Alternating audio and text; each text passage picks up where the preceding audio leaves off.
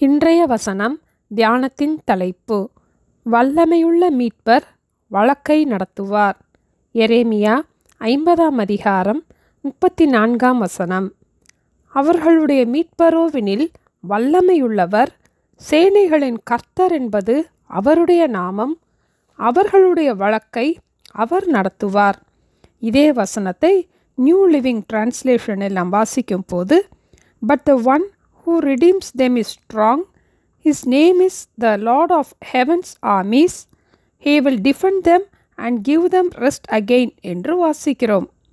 இதே வசனத்தை new American standard பைபிளில் வாசிக்கும் போது, the redeemer is strong, the Lord of armies is his name, he will vigorously plead their case என்று வாசிக்கிறோம்.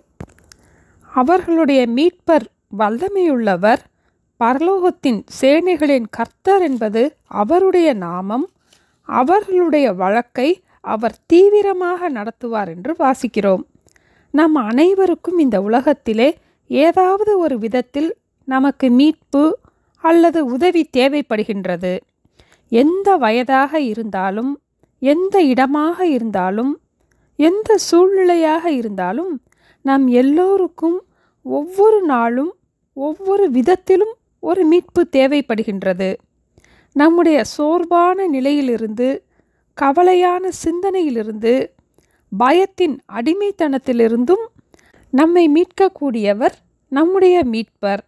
நம்முடைய மீட்பரோ வல்லமையுள்ளவர். நமக்கு எல்லா விதத்திலும் உதவி செய்ய நம் வல்லமையுள்ள மீட்பரால் மட்டுமே முடியும்.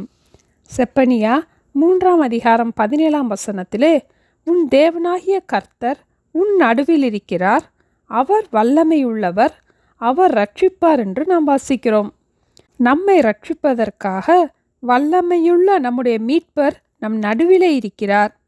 நம் நடுவில் இருக்கும் நம் மீட்பர் நம்மை ரட்சிக்கும் விதத்தை பற்றி இதே அதிகாரம் 15ஆம் வசனத்திலும் நாம் வாசிக்கிறோம். கர்த்தர் உன் ஆக்கினைகளை அகற்றி உன் சத்துருக்களை விலக்கினார், இஸ்ரவேலின் ராஜாவாகிய கர்த்தர் உன் நடுவிலே இருக்கிறார், இனி தீங்கை காணாதிருப்பாய். நம் நடுவில் இருக்கும் வல்லமையுள்ள நம்முடைய மீட்பர் நம்மை ரட்சிக்கும் போது இனி தீங்கை காணாத அளவுக்கு நம்மை ரட்சிப்பார். கடந்த கால நினைவுகளின் தாக்கத்திலிருந்தும் நம்மை ரட்சிப்பார். ஒவ்வொரு நாளும் புதிய கிருபைகளை தருகின்ற தேவன் புதிய ஆரம்பத்தை நமக்கு கட்டளையிடுவார். ஒரு புதிய ஆறுதல் நம் உள்ளத்தை நிரப்புகிறதையும் நாம் உணர முடியும்.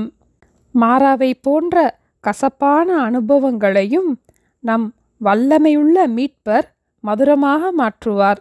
அப்போது தேவ சமாதானம் நம்மை நதியைப் போல நிரப்புவதை நாம் காண முடியும். எந்த பயமாக இருந்தாலும் நம் வல்லமையுள்ள மீட்பரை நோக்கி, இந்த பயத்திலிருந்து என்னை மீட்டுக்கொள்ளுங்கப்பா என்று நாம் ஜெபிப்போம். தினமும் என்னோடு இருக்கின்ற என் மீட்பர் வல்லமையுள்ளவர், அவர் என் நடுவில் இருக்கிறார் என்று அடிக்கடி நம்மை நாமே ஞாபகப்படுத்திக் கொள்வோம். நம் வல்லமையுள்ள மீட்பருடைய நாமம் சேனைகளின் கர்த்தர் என்பதாகும். சேனைகளின் கர்த்தர் என்பது பரலோக சேனையை குறிக்கிறது. Lord's army. சேனைகளின் கர்த்தர் நம்மோடு இருக்கிறார். பரலோக சேனை நம்மோடு கூட இருக்கிறது. நான் தனிமையாக இருக்கிறேன் என்று யாரும் கூற முடியாது. நாம் தான் நம்மை தேவ பிரசன்னத்தோடு இணைத்து கொள்ள வேண்டும். இதே வசனத்திலே நாம் வாசிக்கிறோம், அவர்களுடைய வழக்கை அவர் நடத்துவார். நம் வல்லமையுள்ள மீட்பர் நம்முடைய வழக்கை நடத்துவார். ஆண்டவர் நமக்காக யுத்தம் பண்ணுவார். அவர் யுத்தங்களை ஓய பண்ணுவார். ஆண்டவர் நமக்காக பரிந்து பேசுவார். நமக்காக யாவையும் செய்து முடிப்பார். இஸ்ரவேல் ஜனங்களின் வாழ்க்கையில் ஆண்டவர் அவர்களை எப்படி மீட்டு கொண்டார் என்று நாம் தியானிப்போம். யாத்ராகமத்திலே இஸ்ரவேல் ஜனங்களை எகிப்தியர் சுமை சுமக்கிற வேலையினால் ஒடுக்கினார்கள்.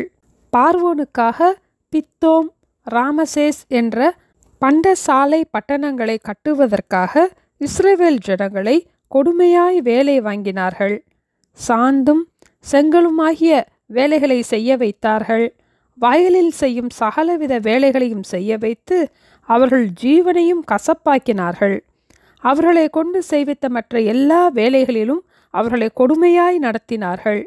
ஜனங்களுடைய வழக்கை அந்த நாட்களிலே இருந்த எகிப்தின் ராஜா விசாரிக்கவில்லை. ஆனால் வல்லமையுள்ள மீட்பர் இந்த வழக்கை கண்டார். அவர் இந்த வழக்கை இஸ்ரவேல் ஜனங்களுக்காக நடத்தினார்.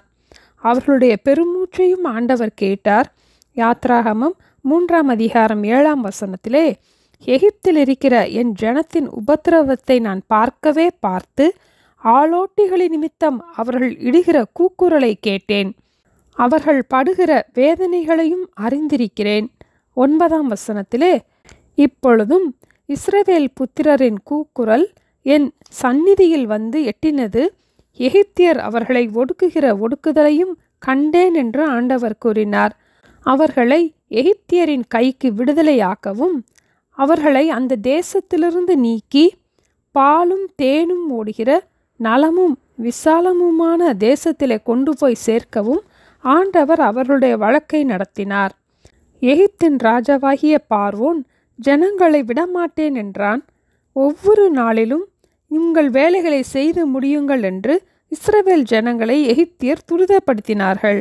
யாத்ராகமம் 6ஆம் அதிகாரம் 7ஆம் வசனத்திலே, உங்களை எனக்கு ஜனங்களாக சேர்த்து கொண்டு உங்களுக்கு தேவனாயிருப்பேன்.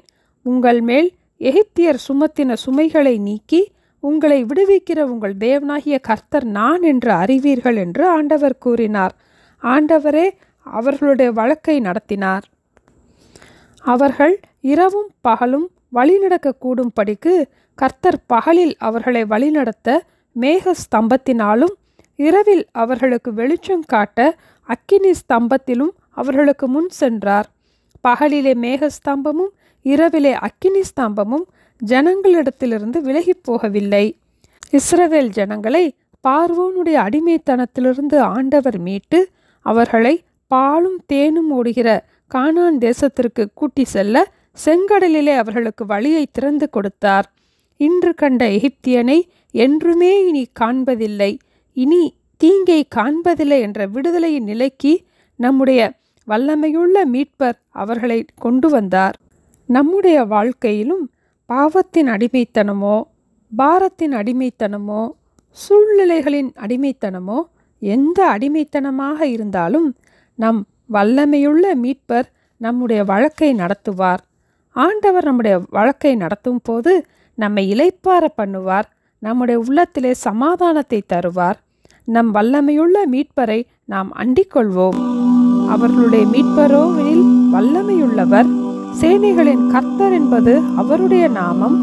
அவர்களுடைய வழக்கை அவர் நடத்துவார். ஜெபிப்போமா? எங்கள் அன்பின் ஆண்டவரே, எங்களை மீட்டுக் கொள்கிற எங்கள் மீட்பராகிய நீங்க வல்லமையுள்ளவராய் இருப்பதற்காய் ஸ்தோத்திரம் அப்பா. நீங்க எங்கள் நடுவிலே இருப்பதற்காய் ஸ்தோத்திரம். சேனைகளின் கர்த்தர் என்ற நாமத்தோடு எங்கள் நடுவிலே நீங்க பிரசன்னமாகி இருப்பதற்காக ஸ்தோத்திரம் அப்பா. எங்கள் எல்லாருடைய வழக்குகளையும் நீங்க நடத்த போவதற்காய் ஸ்தோத்திரம் அப்பா. எல்லா கலக்கத்தின் அடிமைத்தனத்திலிருந்து சூழ்நிலைகளின் அடிமைத்தனத்திலிருந்து எந்தெந்த விதத்திலே எங்களுக்கு மீட்பு தேவைப்படுகிறதோ எல்லா காரியங்களிலும் உங்கள் மீட்பை தந்து எங்களுக்கு சமாதானத்தையும் இளைப்பாறுதலையும் உங்கள் மீட்பையும் தந்து எங்களை ஆசீர்வதிக்க வேண்டுமாய் இயேசுவின் நாமத்தில் ஜெபிக்கிறோம் பிதாவே. ஆமேன். Thank you. Have a blessed day.